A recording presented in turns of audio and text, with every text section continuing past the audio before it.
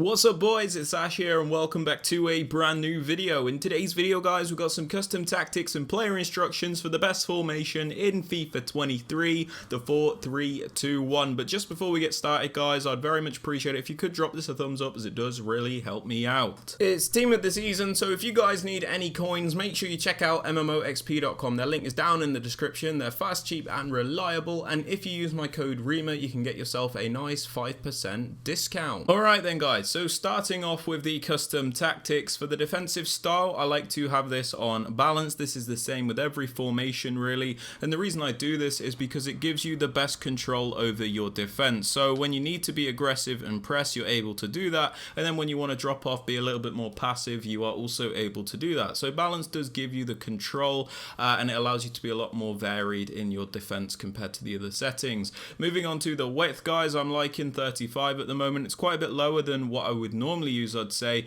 but the reason I'm doing this is because I noticed when I had this on 45 like a couple of weeks ago, basically there's just like too many gaps in between my defensive line, so making it a bit more narrow, there's a lot less space and a lot less gaps for my opponent to run through. We do have to sacrifice some of the width of course to fix that issue, but it's something I'm okay with dealing with, but you guys can up it if it feels too narrow for you. But moving on to the depth, I like to have this on 65. This is so we can win the ball higher up the pitch, but our defensive line isn't too high to the point where we're always going to get through balls, so we can still be nice and aggressive with our defensive line, but it's not too high to the point where one through ball will absolutely kill us. Now moving on to build up play guys, I'm really liking fast build up at the moment. I don't know what's got into me, but it's just been super fun to use. The way your players move when you have fast build up on is super enjoyable to play with. You get a lot of options, you can play super fast obviously as you'd guess, and it's just been a lot of fun, and a lot of opponents haven't been able to deal with it. I would still say balanced is the most meta option you can use, but honestly fast build up's been super fun for me. Now moving on to chance creation guys, as always I suggest using direct passing. This is because direct passing is by far the most meta option you can use in this game. Basically your attacking players will bunch up against the defenders, so you can do like these really overpowered 1v1 isolation plays. It's super effective, and you also get the extra pass option in the penalty area to guarantee those goals, which other settings do not offer you. Now moving on to the attacking width, there's not really a specific number here, but I'm kind of just settling on 43 at the moment. The reason for this is I don't want my width to be like super low to the point where it feels like my players are like sat on top of each other, because that's not really very effective. And on the flip side, I don't really want to have a super high width, otherwise this formation feels a bit like a 4-3-3, and if we wanted to use a 4-3-3 we would use a 4-3-3. Moving on to players in box guys, I'm currently having this on 6. This is so we can get some players into the box of course, but we don't overcommit the entire team to the point where we're always getting counter attack, so you don't want to make the mistake of having that too high.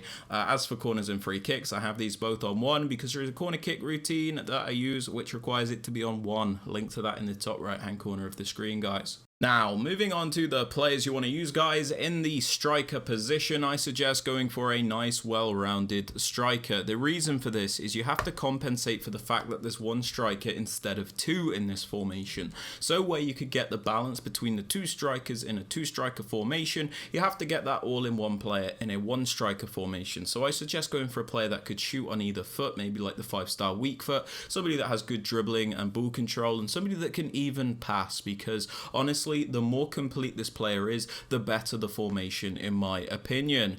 Now moving on to the right forward and the left forward, I suggest using really good winger style players. It's pretty obvious the types of players you want to use, but you're going to want to use those players that are very quick, really good dribbling ability, maybe like the 5-star skills if you can get it.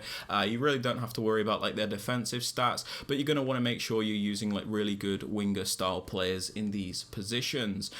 Moving on to the left centre mid, we use an actual attacker here.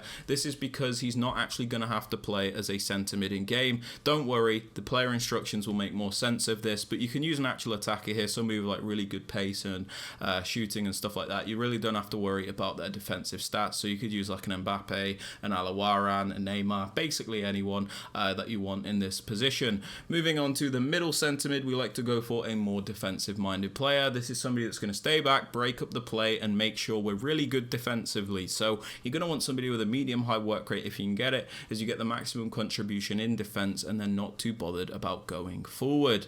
Moving on to the right centre mid, we want to go for a more box to box style player. This is so we have a nice balanced midfield, sorry. So we've got like a really defensive player here, an attacking player here, and then like a more box to box player here. So it's like really balanced. You're going to want somebody with a high work rate if you can get it, so you get the maximum contributions in both attack and defense, but just ensure that this player has a nice well-rounded card so they're able to do a bit of everything.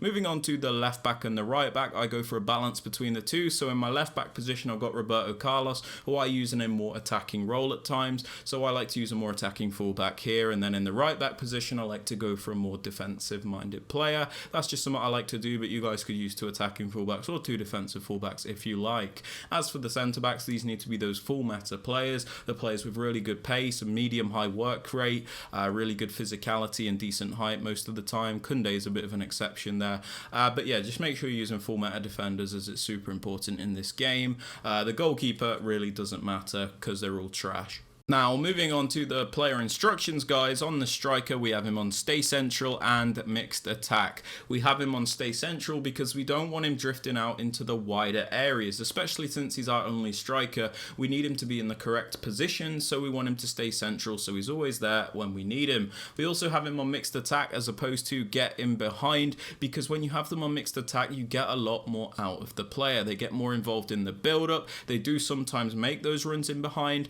but they're just a lot more varied in their attack, and you're going to find it a lot easier as a whole, I think, to have this player on mixed attack, as getting behind is very one-dimensional in my opinion. Moving on to the left forward, guys, I have him on stay central and get in behind. We have him on stay central because we want him to really get into those narrow areas that are really difficult to mark for the defenders. If we have him drifting out too wide, again, feels a bit like a 4-3-3, which is not what we're going for. We want him to stay central so he's like close to the striker, and it's very difficult for your opponent to defend against. We also do have this player on getting behind, so he's always looking to make those runs. This goes really well with the mixed attack that we have on the striker, by the way. So when Robbie Keane, for me, like the striker might be sitting a little bit deeper with the ball, this player might be running in behind, so then we could chip the ball forward with our striker to this player. Like, that's just an example of how you could use this, but getting behind, I think, super important on this player, as you get the most out of them that way.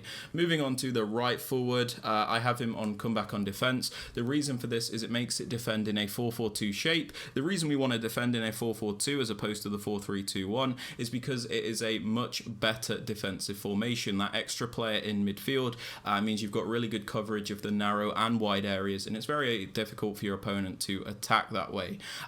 Moving on to the left centre mid, I hope you guys understand now where you can use an actual attacker. We have him on get forward, get into the box cross and cover wing. We have him on get forward because he is an actual attacker.